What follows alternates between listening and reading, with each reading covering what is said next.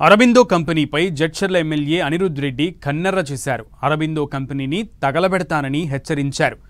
Company వ్యర్థాలను పంట పొలాల్లోకి వదులుతున్నారని ఆగ్రహం వ్యక్తం చేసిన ఎమ్మెల్యే రేపు కంపెనీని ముట్టడించి తగలబెడతానంటూ వార్నింగ్ ఇచ్చారు. పొల్యూషన్ కంట్రోల్ బోర్డుకు ఎన్నిసార్లు ఫిర్యాదు చేసినా పట్టించుకోలేదని కంపెనీతో పొల్యూషన్ కంట్రోల్ బోర్డు అధికారులు కుమ్మక్కయ్యారంటూ ఆరోపించారు. ఈ ఆరోపణలతో పొల్యూషన్ బోర్డు కదిలింది.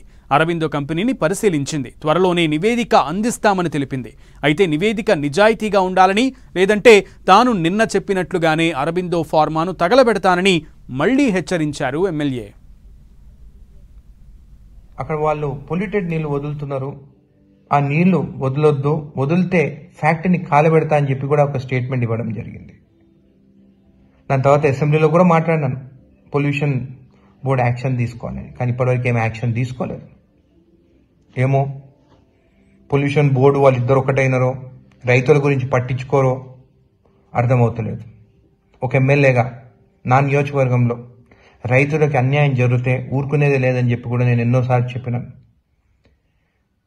ఇంకా ఓపిక లేదు నాకు. యాక్షన్ తీసుకోకుంటే సండే నాడు 11ంటికి నేనే అరబిందో ఫ్యాక్టరీ ముందుకు పోయి ఇంకా ఫ్యాక్టరీని కాలబెడతాను. అక్కడ